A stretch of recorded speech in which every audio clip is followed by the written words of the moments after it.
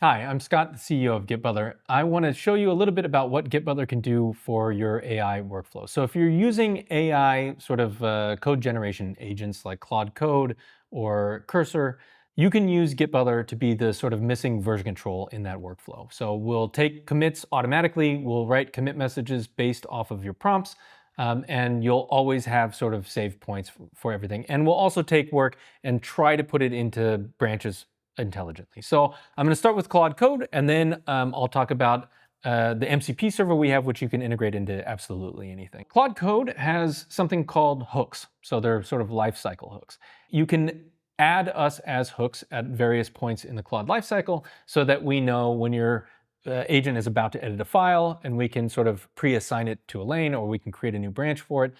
And when it's done, so we can write a commit message for you. So if you want to set up GitButler as a hook, you can go to our docs page. It's a little bit complicated, sort of the JSON way that Claude is doing this, but we can simply sort of copy this and paste it into one of these settings files. So usually home directory.claude/settings if you want it to run on all of your projects. But first, before we do that, you have to install a command line tool so that you can call into GitButler. So this is sort of in an experimental setting here, but if you go into GitButler and you go into this sort of global settings, there's this new install the GitButler CLI. So if you click on this and you install the GitButler CLI, then you should have this command on your interface, and now you can use it to use Claude Code or the MCP server. If you're using Claude Code, again, go to our docs, copy these tool hook config settings, and let's go into our config settings in Claude and essentially just paste this in. So what it's doing is it's saying when you're editing a file on pre-tool, then run but Claude pre-tool. If it's post-tool, run the post-tool. And if it's a stop, which means the chat's over, run Claude stop. Okay, so now that that's done, let's actually do something in Claude and see if it works. I'm in this sort of Twitter clone. I'm going to change the theme from blue to red, and then we're going to see what it does. So let's go back to GitButler. There's no work in this directory right now, and there's no branches assigned. So as soon as Claude starts editing files, we should start seeing them it will create a new branch for us, and it'll start putting it there. And at the end of the thing, it should commit for us. All right, so it's made one change, so now we can see application.css has been modified by Claude, it's been assigned to a new branch, and we'll wait for it to stop. Okay, so now Claude's done. It took the file that was edited and it created a commit from it, and it also created a branch name for us, right? So we actually don't have to change the branch names either. And if we look in it only edited one file, but it made a lot of edits to this file. And we have a nice commit message for this as well that's based off of the prompt. Now, let's do one more thing just to show how this is cool. What you can do is you can run these in parallel. You can actually run different sessions, but every session that you run in Claude, it's going to try to create a new branch for. So let's do a completely separate thing now.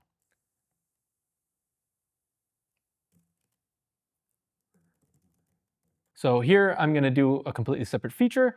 Again, this does this if you're doing it in a new Claude Code session. So if you quit the session, open another session, or if you have multiple sessions running at the same time, it's going to try to put all of the work of that session into one branch for however many times that you do it. If you keep prompting it, it will give you more commits for every chat that you do. So as that's working, we can see, again, this has created a new branch. All of the work that it's doing now, it's putting into that branch rather than the original branch. So it keeps that change theme to red completely separate. We can open a PR, we can merge that independently.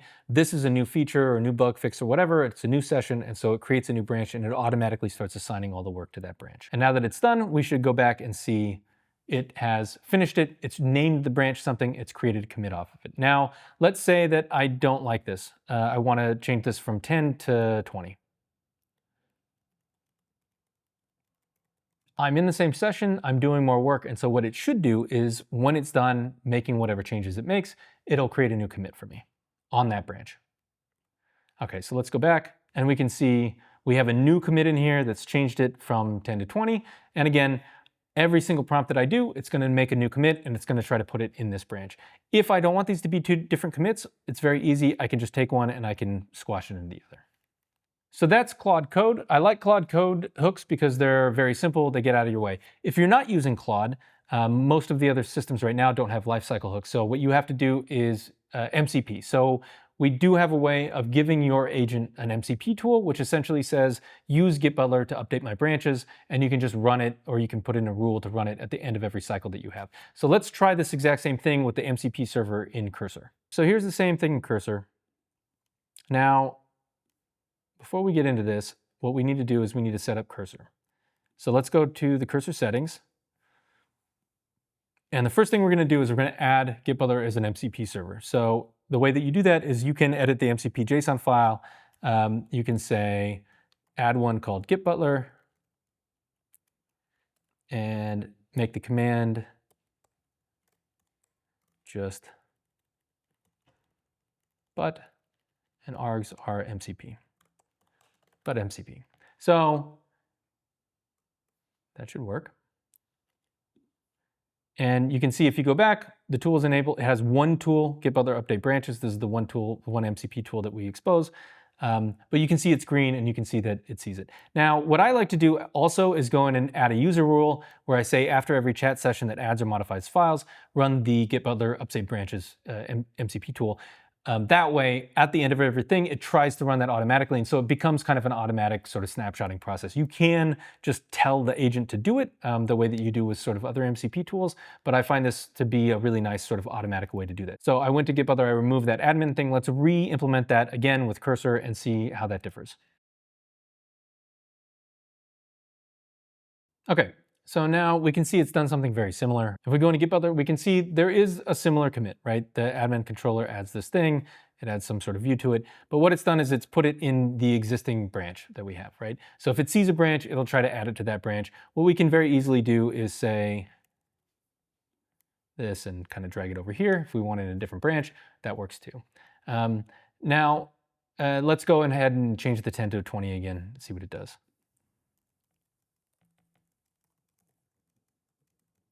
And you see the MCP call here, right? So at the end of the work that it does, you can see it called this GitButler update branches. You can see it sent sort of a summary of what it did and the current prompt that it was working with so that we sort of created a commit wherever we could figure out to create a commit. So if we ask it to do something else, what it will do is the same thing, right? It'll try to make those changes. It'll try to automatically call the GitButler MCP call, which will create a commit and add it to whatever branch we have.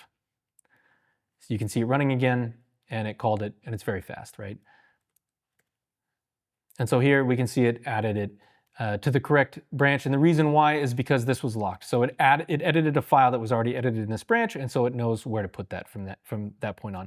Generally, the MCP server stuff is not quite as robust as the Claude Code stuff, because in Claude Code we know which session is editing which files, and so we can be very intelligent about where to put them. With the MCP stuff, you can be doing almost anything. We just see changes coming in, and so we do our best.